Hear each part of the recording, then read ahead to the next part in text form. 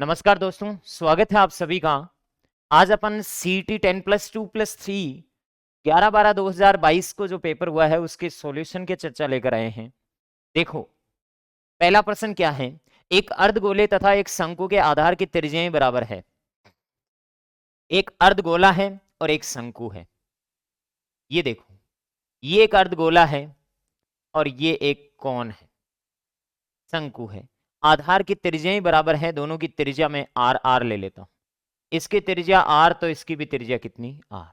यदि इनकी ऊंचाइयां भी समान है, गोले की ऊंचाई R ही होती है, इसकी H है लेकिन H किसके बराबर है R।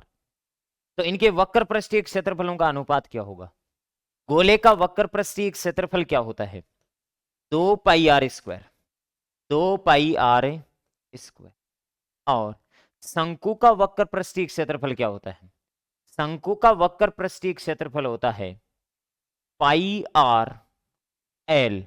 L बोले तो ये तिर्यक ऊंचाई, ये R है, ये 90 डिग्री का कोण, तो इसको L बोलेंगे।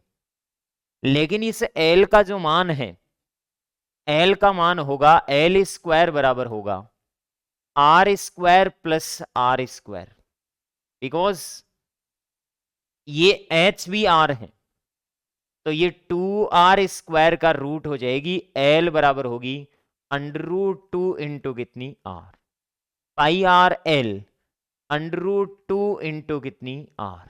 पाई से पाई कैंसिल आउट हो गई, R² से R² कैंसिल आउट हो गया। हाँ जी, बचा है तो क्या बचा है 2:√2। ऑप्शन में नहीं है 2:√2। √2 मुझे दिख रहा है राइट साइड में, लेकिन उधर √2 नहीं है। तो इनको एक काम करते हैं, √2 से मल्टीप्लाई कर देते हैं।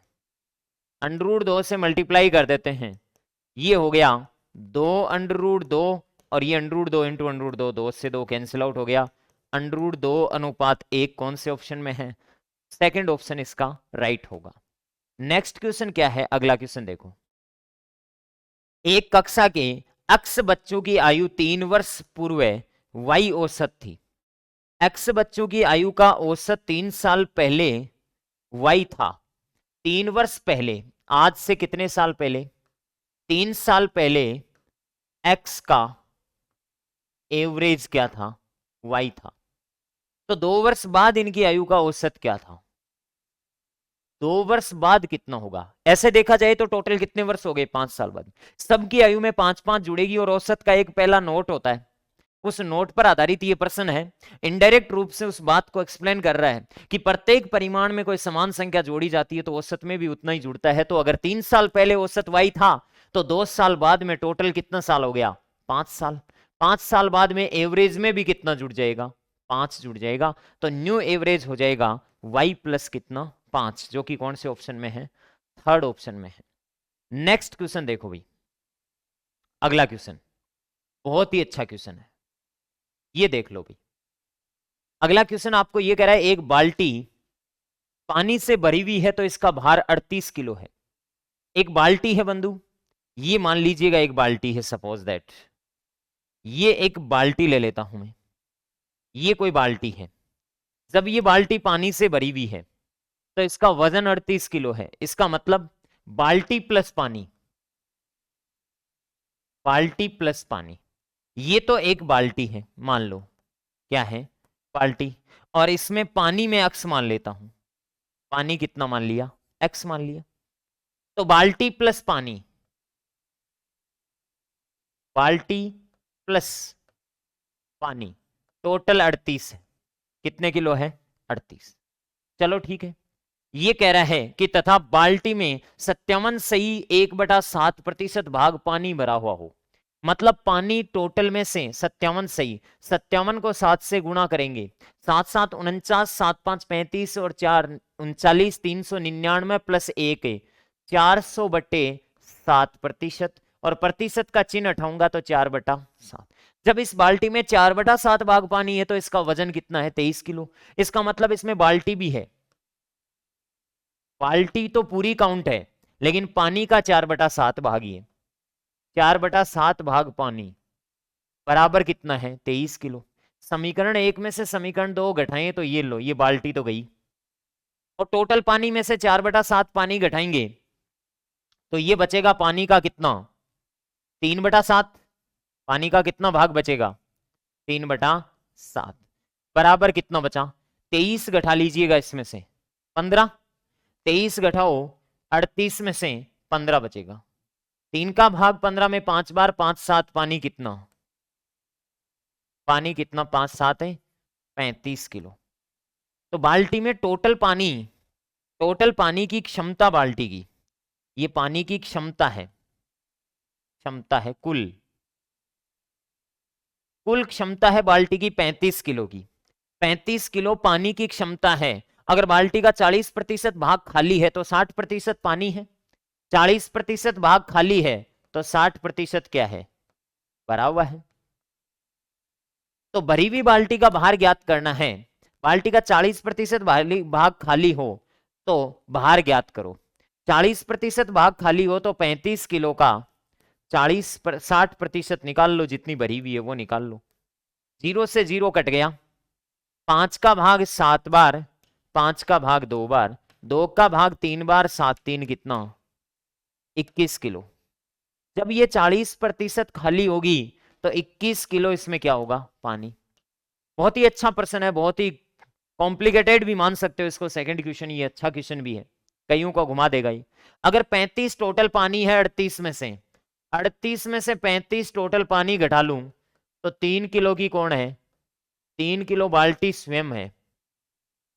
बाल्टी 3 किलो की है और जब 60% उसमें टोटल 35 का 60% भरा हुआ है तो उसमें 21 किलो तो पानी आ जाएगा और 3 किलो की बाल्टी, तो 21 + 3 टोटल कितने किलो हो जाएगा, 24 किलो उस बाल्टी में टोटल भार हो जाएगा। बहुत ही आपके एक एक नियम पर आधारित प्रश्न है ये, यूनिटरी मेथड या इसको आप बेसिक अपने जनरल अवेयरनेस का क्वेश्चन मान सकते हो।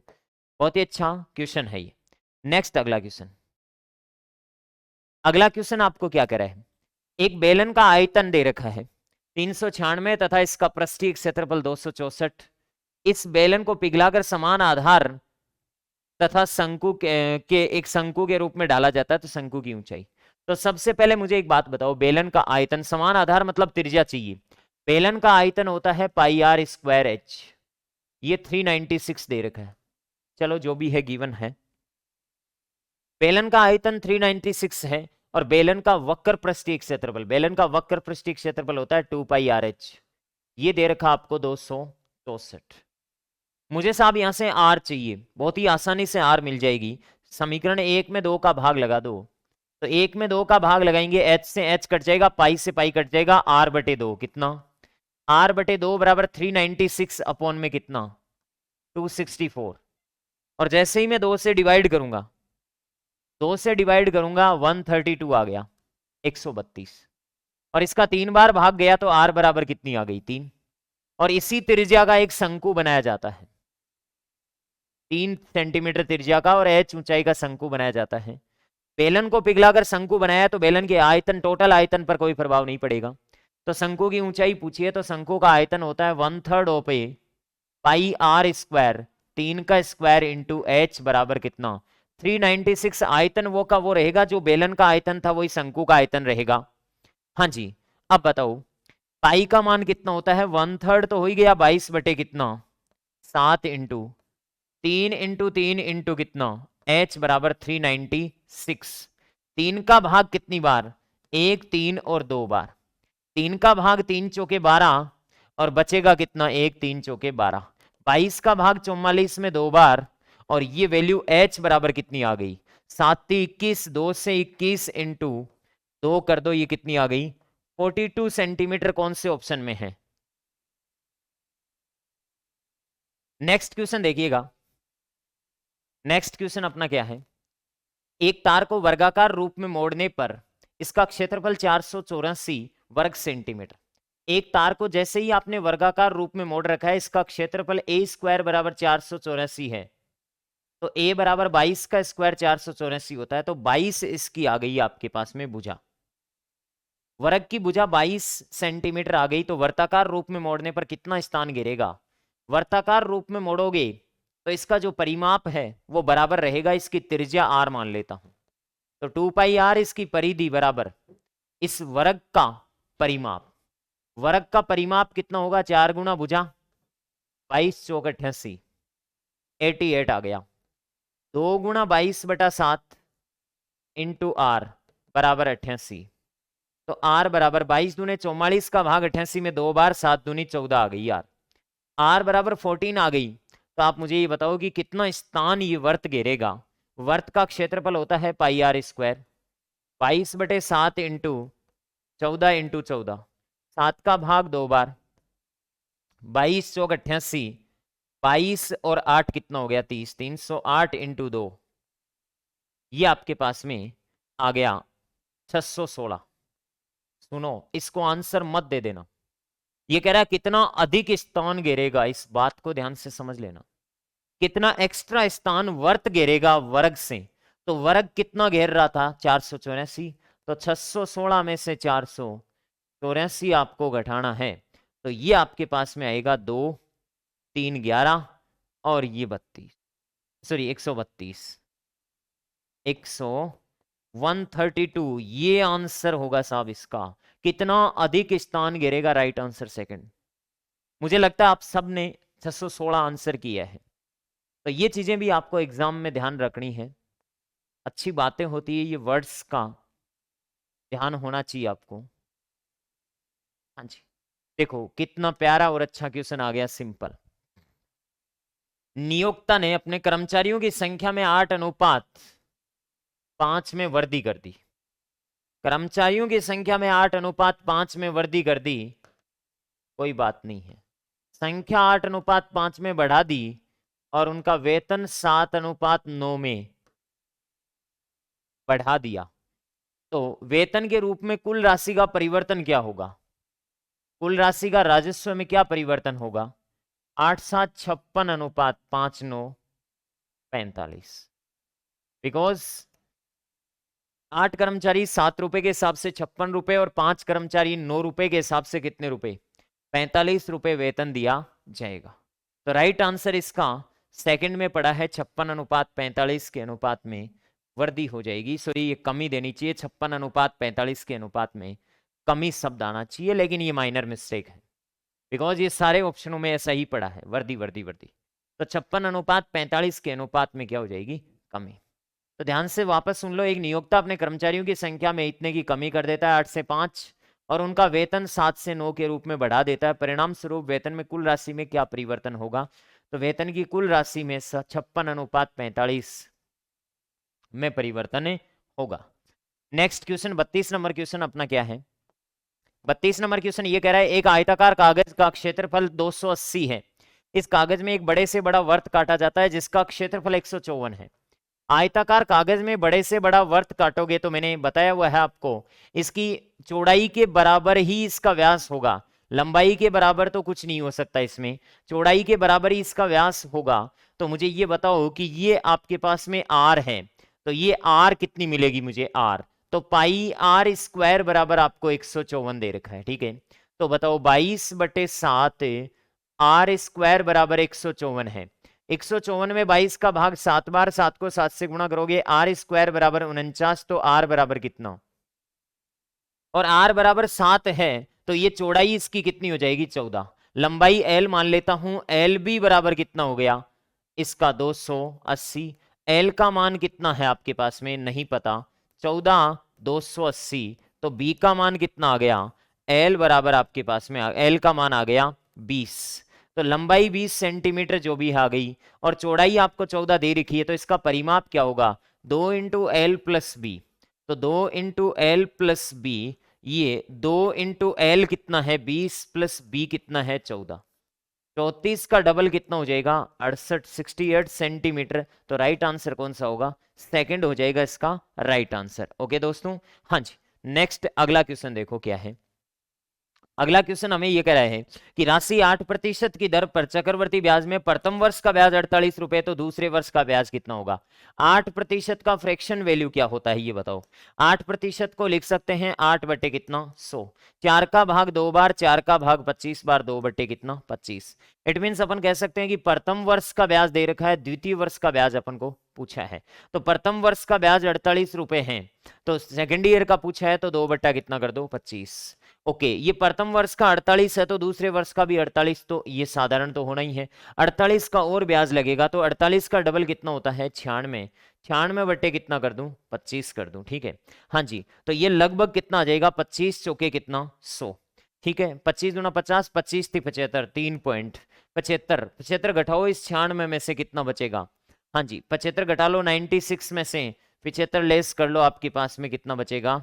ये 96 में से 1 और 2 21, ठीक है।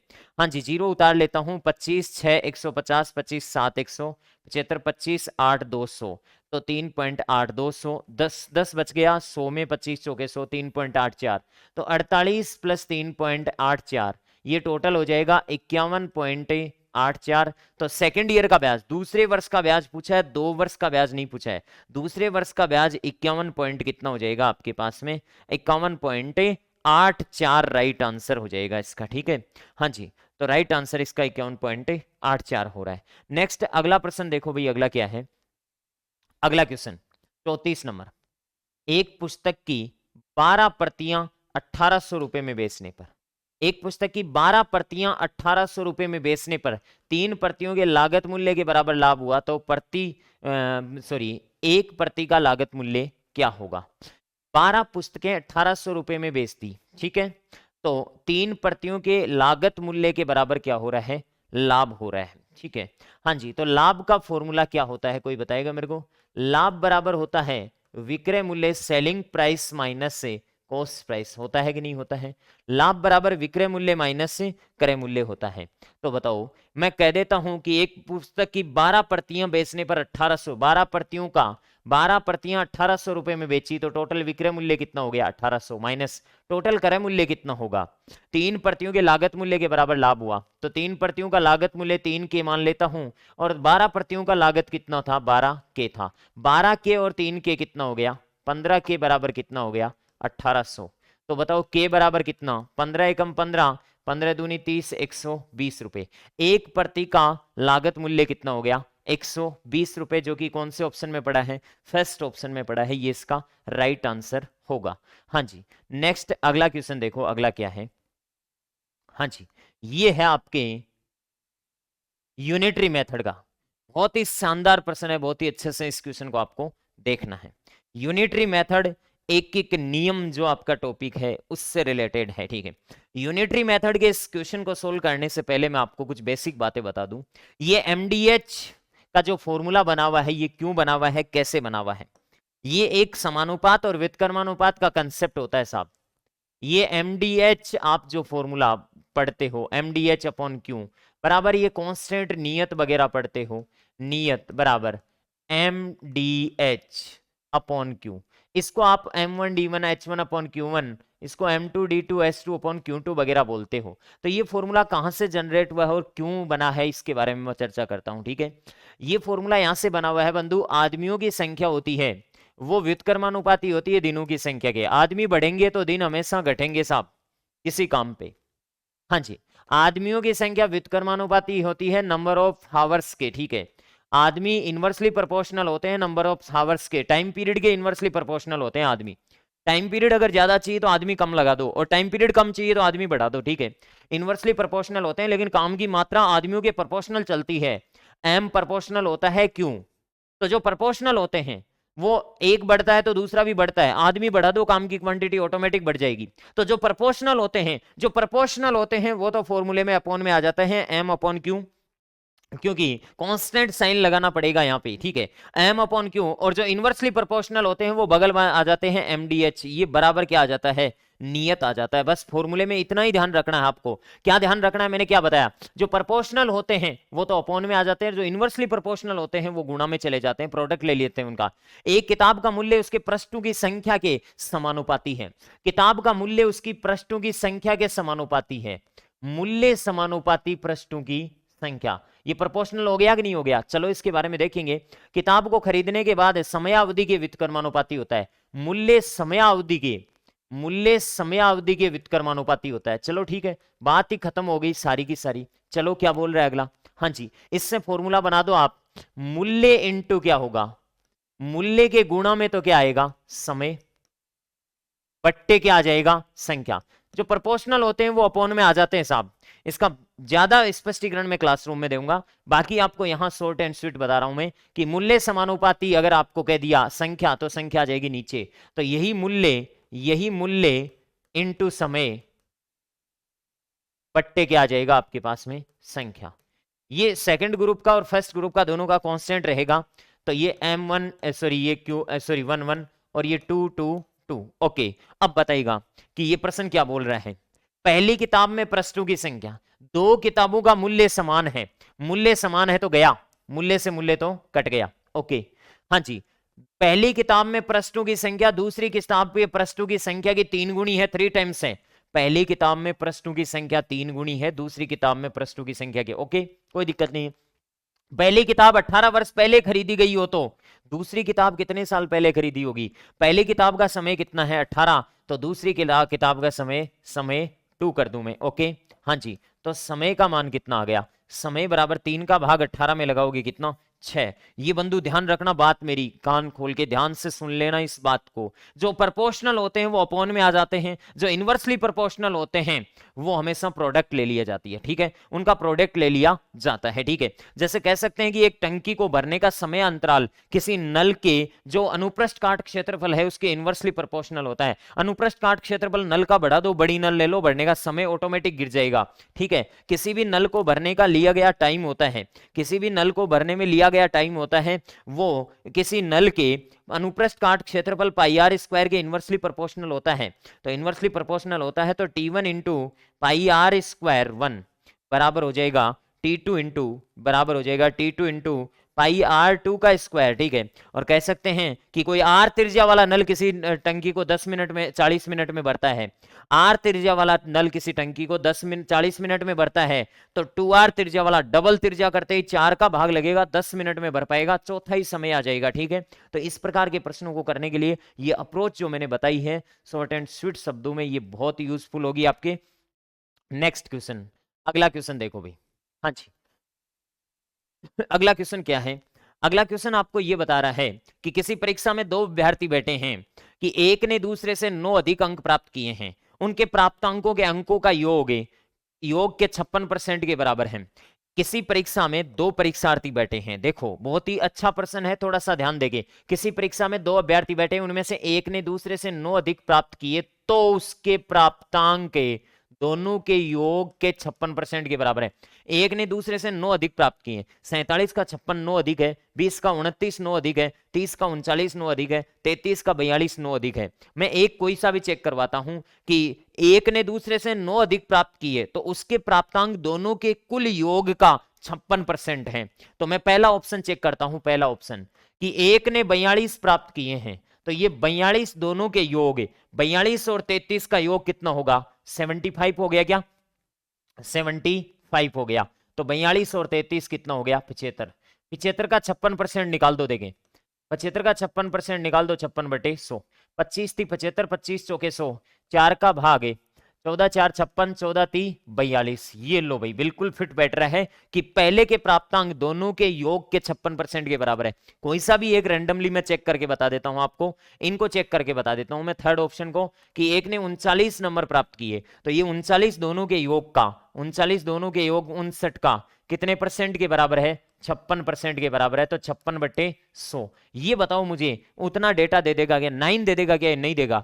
9 6 54, 4 इकाई का अंक आएगा, बटे 100 करोगे 0.4 भी आ जाएगा, तो ये 9 नहीं देगा, यूनिट डिजिट 9 नहीं आएगा। इसका मतलब ये नहीं हो सकता। तो इस अप्रोच से ऐसे क्वेश्चनों को किया जाता है। एक एक क्वेश्चन 10+2 और ग्रेजुएशन लेवल दोनों में मैंने ऐसे डाले हैं जिनको आप बाई ऑप्शन भी करने की हैबिट बना सको। ठीक है, हाँ जी, ऐसा ही क्वेश्चन एक आपके सेम टू सेम क्वेश्चन एक आपके 10+2 में था और यही सेम क्वेश्चन आपके 10+2+3 में है, दोनों में है। लेकिन दोनों में क्वेश्चन अलग अलग है साहब।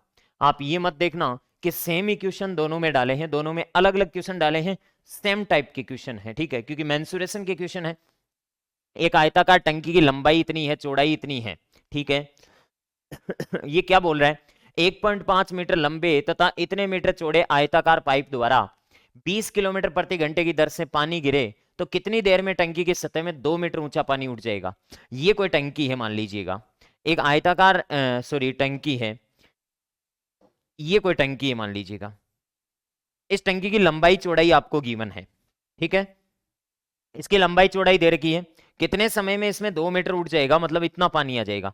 इतना पानी अगर किसी टंकी में भरना है तो टंकी में पानी का आयतन बराबर नल से निकले हुए पानी का आयतन। टंकी में पानी का आयतन बराबर नल से निकले हुए पानी का आयतन। तो टंकी में पानी का आयतन, सेम अप्रोच होगी, टंकी में पानी का आयतन, टंकी में पानी का आयतन बराबर नल से निकले पानी का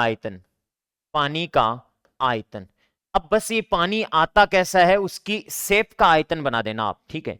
टंकी में पानी का आयतन, तो टंकी तो आपकी घनाभाकार हो जाएगी। टंकी की लंबाई आपको 200 मीटर दे रखी है, तो 200 इंटू चौड़ाई कितनी दे रखी है 150 मीटर, इंटू ऊंचाई कितनी 2 मीटर ऊंचा उठ जाएगा टंकी में, तो 2 मीटर तो इंटू 2 बराबर नल से निकले हुए पानी का आयतन। अब इतनी चीजों को खा जाओ आप, ठीक है, कितनी देर में पानी में इतना हो जाएगा, ठीक है। ये चीजें आपको बाद में काम में लेनी है, ठीक है। ये सारी गिवन इंफॉर्मेशन आपने काम में ले ली। यदि 1.5 मीटर लंबा और 1.25 मीटर चौड़ा आयताकार पाइप लगा दिया, तो आयताकार पाइप का मुंह है वर्ता सॉरी जो आपका बेलनाकार पाइप होता है उसका तो मुंह होता है वर्त जैसा, तो वर्त का क्षेत्रफल इंटू ऊंचाई। आयताकार पाइप का मुंह होता है वो अनुप्रस्थ काट क्षेत्रफल जैसा होता है, सॉरी इसका जो अनुप्रस्थ काट क्षेत्रफल होता है वो आयत जैसा होता है। तो इसकी लंबाई इंटू चौड़ाई, 1.5 मीटर इंटू इसकी चौड़ाई कितनी है 1.25, ठीक है, चौड़े पाइप से इंटू ये कितना लंबाई से पानी आ रहा है, कितनी लंबाई से, आयताकार है लेकिन कितनी ऊंचाई से पानी आ रहा है, कितनी दूरी तय की है, दूरी बराबर होता है चाल इंटू समय। चाल कितनी है 20 किलोमीटर, 20 किलोमीटर को मीटर में बदलना पड़ेगा, 20 इंटू कितना 1000, 20 इंटू 1000 कर दिया तो ये 20,000 मीटर हो गया, ठीक है। किलोमीटर को मीटर में बदल दिया और समय को मैं घंटे में रख लेता हूं, और वो समय में मान लेता हूं माना x घंटे में भरेगा, कितने घंटे में x घंटे में। समय को मैंने किस में लिया है घंटे में लिया है x का मान, ठीक है। ओके, अब मुझे ये बताओ कि यहां पे इस कैलकुलेशन को करेंगे अपन, तो ये कैलकुलेशन देखो सिंप्लीफाई करने पर आपको क्या मिलेगा, ये हो गया 200 इंटू 150 इंटू 2 बराबर 15 into 125 into 20 into 1000 into x से बट्टे कितना आ गया आपके पास में, ये 1 0 तो 15 वाला, 2 0 125 वाले, ये 3 0 से 3 0 तो कैंसिल आउट कर दो साहब, ये गया, ये लो, ठीक बात है। अब भाग दे दो आप, ये देखो 2 का भाग इधर कितनी बार 10 बार भाग गया, चलो ठीक है। 25 5 125, 25 8 200, चलो ठीक है। फिर 0 से क्या काट दूं 0 से, 5 का भाग है 15 में कितनी बार 3 बार, 3 का भाग 5 में 5 बार, ये लो 8 बटे कितना आ गया 5, 8 बटे 5 घंटे आ गया बराबर x का मान। अब घंटे को मिनट में बदलेंगे तो 8 बटे 5 इंटू क्या कर दो 60, तो ये x का मान 5 का भाग 12 और 12 8 कितना 96 मिनट, कितनी मिनट है 96 मिनट में ये टंकी में पानी का स्तर 2 मीटर ऊंचा उठ जाएगा। तो ये क्वेश्चन आपका इस प्रकार से राइट आंसर 96 मिनट सही होगा इसका। नेक्स्ट अगला प्रश्न देखो भाई, अच्छा प्रश्न है अगला भी, ये लो साहब, अगला आपके सामने है। कोई व्यक्ति 5,000 रुपए की राशि में से कुछ भाग तो इसने 4% की दर पर और शेष भाग को इसने 5% की दर पर दिया। ये ठीक वैसा ही प्रश्न है एलिगेशन वाला, मेथड ऑफ एलिगेशन का क्वेश्चन है ये, किसका है मेथड ऑफ एलिगेशन का। ये कह रहा है कि 5,000 रुपए की राशि में से कुछ भाग तो इसने 4% की दर पर दिया है और शेष भाग को इसने 5% की दर पर दिया। चलो ठीक है, दर से साधारण ब्याज पर उधार देता है, 2 वर्ष बाद में कुल ब्याज इतना मिला। तो ओवरऑल रेट ऑफ इंटरेस्ट निकाल लेते हैं अपन। एक तरफ से तो इसने 5% की दर पर दिया, एक तरफ से तो इसने 5% की दर पर दिया, एक तरफ से इसने 4% की। चलो पहले 4 और फिर 5 रख लेते हैं। एक तरफ 4% की दर है और एक तरफ है 5%। ओवरऑल दर कितनी होगी? ठीक है, ओवरऑल रेट ऑफ इंटरेस्ट कितनी होगी? ओवरऑल रेट क्या होगी? दर का सूत्र क्या होता है? 100 इंटू ब्याज कितना? 440 अपॉन में समय कितना? 2 वर्ष में। मूलधन कितना? 5,000 रुपए। 5,000 रुपए 2 वर्ष में, 3 जीरो से 3 जीरो कट गया, 2 का भाग है 22 बार, 22 में 5 का भाग दिया, 5 चौके 20 और 5 8 40, सॉरी 5 चौके 20, 5 चौके 20, 4 पॉइंट कितना? 4। ये लो साहब, 5 4 20, 5 4 20, 4.4 बीच में लिख दो ओवरऑल दर 4.4। तिरछा घटा लो आप, ये लो, इधर तो कितना आ जाएगा? 0.4 और इधर 0.6। 2 का भाग 3 बार और 2 का भाग 2 बार, तो 3:2 के अनुपात में। इनको किस अनुपात में 5,000 रुपए को बांटना पड़ेगा? 3:2। अभी ये कहता है कि 4% की दर पर उधार दी गई राशि कितनी है, तो 4% की दर पर राशि 5 का भाग लगा के इंटू 3 कर दीजिएगा, 3,000 रुपए आ जाएंगे। ओके, नेक्स्ट क्वेश्चन देखो अगला क्या है।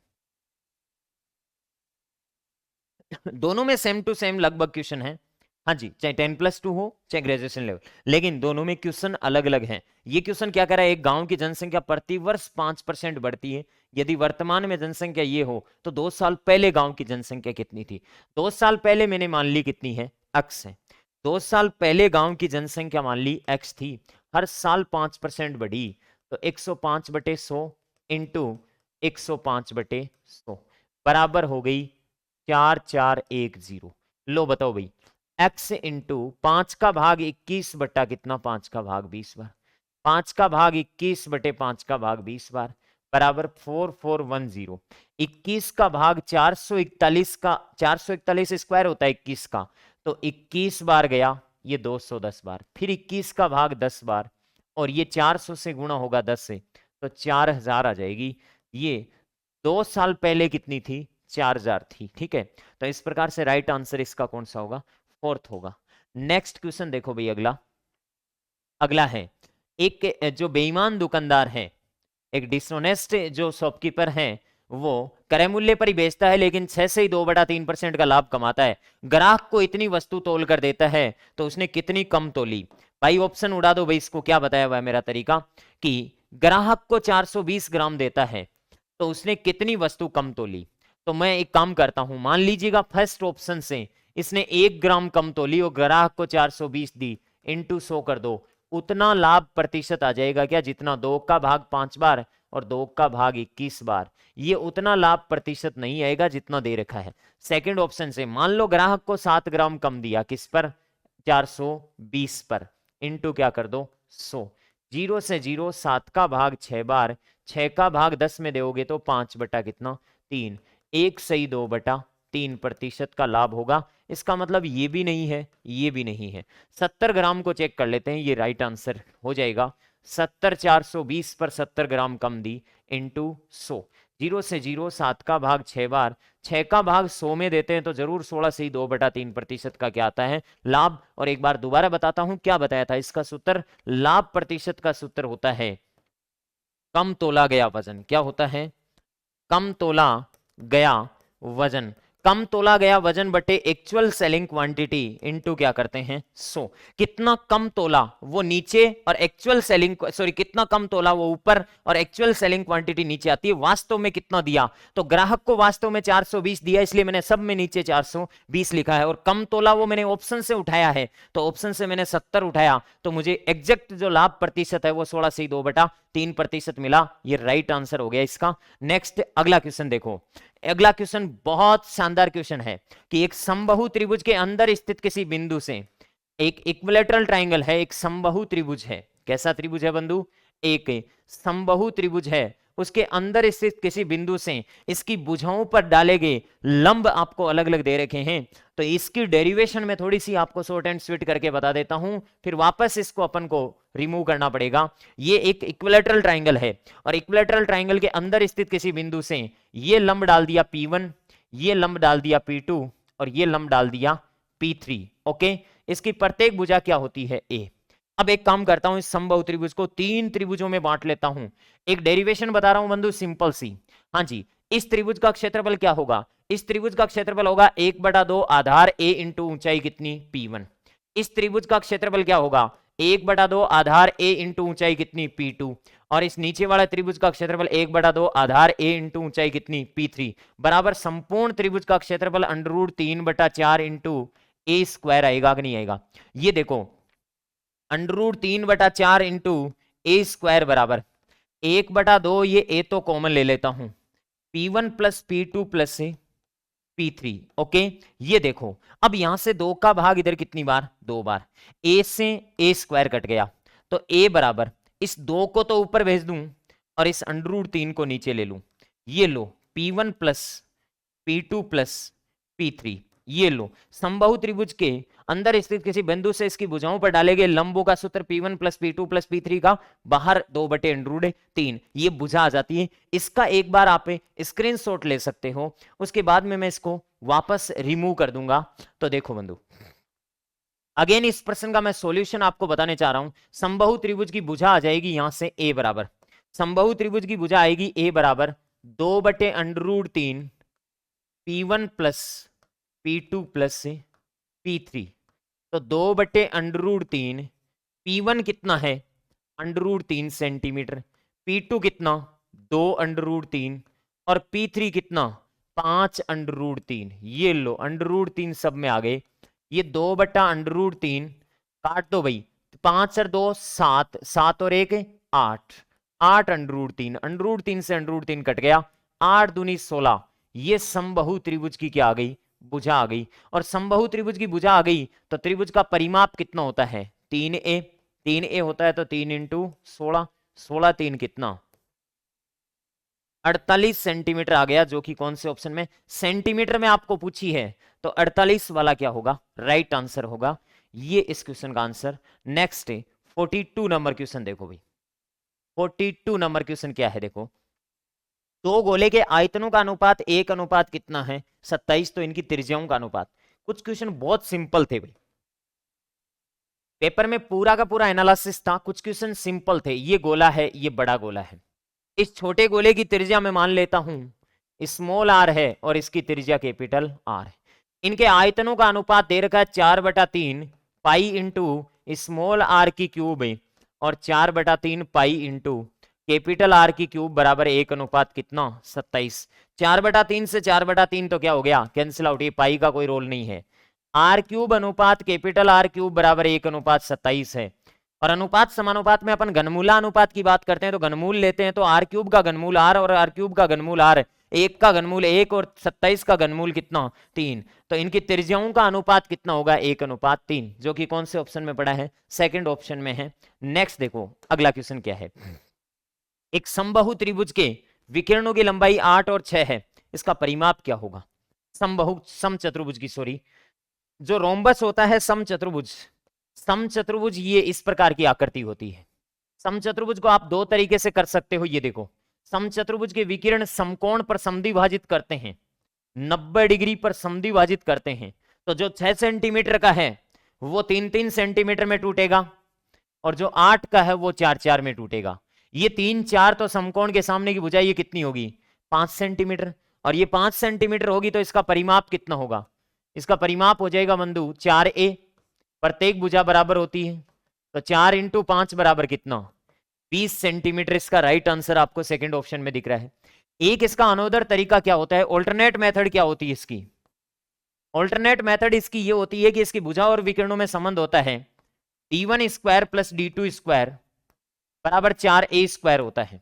d1 की वैल्यू 6 है तो 6 का स्क्वायर 36, d2 की वैल्यू 8 है तो 8 का स्क्वायर 64 बराबर 4a²।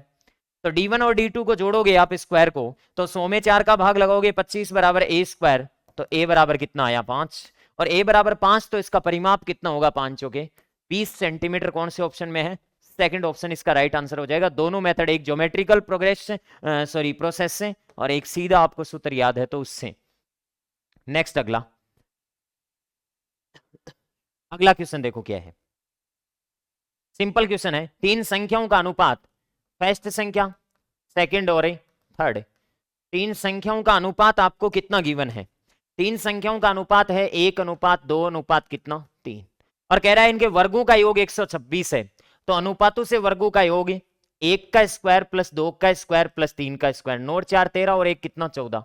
14 नहीं चाहिए, 126 चाहिए, तो किससे गुणा करेंगे? 9 से। लेकिन ध्यान रहे जब जब वर्गों का योग है, जब जब दो अनुपातों का गुणनफल, क्षेत्रफल या वर्गों का योग दिया गया हो तो उनका वर्गमूल अवश्य लेते हैं। तो 9 का वर्गमूल कितना हो जाएगा? 3। और 3 से गुणा करेंगे तो पहली संख्या कितनी आएगी? 3। दूसरी संख्या कितनी आएगी? 6। और तीसरी संख्या कितनी आएगी? 3 से गुणा करोगे तो 9। तो 3 6 9 कौन से ऑप्शन में है? थर्ड ऑप्शन में है। आप ऐसे भी चेक कर सकते हो कि किसमें वर्गों का योग ये आ रहा है और इनका अनुपात ये आ रहा है। बताओ तीन संख्याओं का अनुपात ये आ रहा है कि 1:2:3, वर्गों का योग इनका 14 आ रहा है, तो ये नहीं होगा। 4 का भाग 1 बार, 4 का भाग 2 बार, 4 का भाग 3 बार, लेकिन वर्गों का योग 12 का स्क्वायर ही 196 होता है, खुद का ही ज्यादा हो गया, तो ये तो हो ही नहीं सकता। हाँ जी, इनका 1:2:3 आ ही नहीं रहा है। तो कुछ क्वेश्चन बहुत ही सिंपल होते हैं, तो पहले वो उठा लिए जाते हैं, फिर अच्छे क्वेश्चनों को भी किया जाता है एग्जाम में। ये अप्रोच मैं हमेशा कहता हूं आपको, दोनों अप्रोच आपको रखनी चाहिए। अगला प्रश्न क्या है देखो अपना,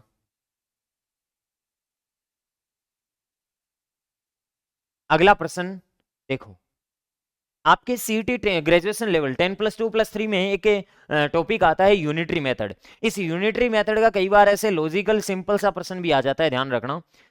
तो देखो, राम ने श्याम से कहा कि तुम मुझे अपने पास से 100 रुपए दे दो तो मेरे पास तुमसे दुगुना धन हो जाए। ठीक है, तो एक बात अपन चर्चा कर लेते हैं। माना इस राम के पास में, माना राम के पास में x रुपए हैं और श्याम के, मोहन के पास में या जो भी है श्याम के पास में है वो y है। राम के पास में मैं मान लेता हूं x रुपए हैं, कितने रुपए? x रुपए। और श्याम के पास में मैं मान लेता हूं कितने रुपए हैं? y रुपए हैं। कितने रुपए हैं? y रुपए हैं। राम ने श्याम से कहा कि तुम मुझे अपने पास से 100 रुपए दे दो। राम ने श्याम से कहा कि तुम मुझे अपने पास से 100 रुपए दे दो। राम ने श्याम से कहा, तो राम को अगर श्याम 100 रुपए दे देगा तो राम के पास में x+100 हो जाएगा और श्याम के पास में y माइनस कितना हो जाएगा? 100, कम तो हो ही जाएगा। राम कह रहा है कि तुम मुझे अपने पास से 100 रुपए दे दो तो मेरे पास तुमसे दुगुना धन हो जाएगा। मेरे पास तुमसे दुगुना हो जाएगा तो तुम्हारा धन है ना, उसका 2 गुना मेरे वाला धन हो जाएगा। तो एक समीकरण तो ये बनने जा रही है आपकी। क्या समीकरण बनने जा रही है? ध्यान से देखो, x+100 बराबर 2y माइनस 200, वाह कि नहीं वाह? ठीक है, तो बताओ अगर मैं इसको इधर ले आऊं x minus 2y, x minus 2y बराबर हो गया माइनस का कितना? 300। समीकरण नंबर 1। एक बंदा और क्या बोल रहा है, तब श्याम ने कहा राम को, श्याम ने राम को कहा कि ज्यादा सियाना बढ़ने की जरूरत नहीं है, यदि तू अपने पास से मुझे 10 रुपए ही दे देना तो मेरे पास तेरे से 6 गुना धन हो जाए। श्याम ने कहा कि तू मेरे को अपने पास से अगर 10 रुपए दे दे, मेरे वाले धन में अगर तू 10 रुपए ही जोड़ दे तो क्या तेरे को मैं 10 रुपए दे दूंगा? राम ने कहा, तो मेरे में से 10 कम नहीं होंगे क्या? बोले तेरे में से तो 10 कम होंगे ही होंगे, पर बेटा तेरे धन का मेरा धन 6 गुना हो जाएगा। तो 6 गुना हो जाएगा तो किससे गुणा कर दूं? 6 से। तो बताओ y+10 बराबर 6x माइनस कितना? 60। तो ये बताओ x को उधर ट्रांसफर कर लूं या इधर ले लूं? तो ये हो जाएगा 6x माइनस वाई बराबर 60 और 10 कितना? 70। अब ये बताओ कि दोनों तरफ x और y बिल्कुल मौजूद है। ये समीकरण नंबर कितनी हो गई? 2। इस 2 नंबर समीकरण को एक काम कर लेता हूं, 2 से गुणा कर देता हूं। 2 से गुणा करते ही ये आ जाएगा 140 बराबर, 140 बराबर, इसको मैंने 2 से गुणा किया 12x माइनस 2y। ये लो साहब, इसके नीचे लाके वो पटक दो। ठीक है, तो बताओ ये कितना है? माइनस का 300 बराबर, ये हो जाएगा x माइनस 2y। ये लो साहब। हाँ जी, जब जैसे ही इनको जोड़ूंगा, दोनों समीकरणों घटाऊंगा, तो ये माइनस का प्लस हो जाएगा, ये माइनस और ये प्लस, ये तो कट गए। ये 11x बचेगा। कितना x बचेगा? 11x। और वो टोटल कितना हो जाएगा? 440। तो x का मान आ गया, राम का धन आ गया 40 रुपए। राम के पास में कितना है? 40। और राम के पास 40 है तो कहीं भी पुट कर दो आप, इसमें पुट कर दो 70 बराबर x का मान 40, 40 into 6, 6 into 40 minus Y, Y को उधर ले लूं 6 चौकी 24, 240 माइनस कितना? 70। वाई बराबर कितना? 170 आ जाएगा। कितना आ जाएगा?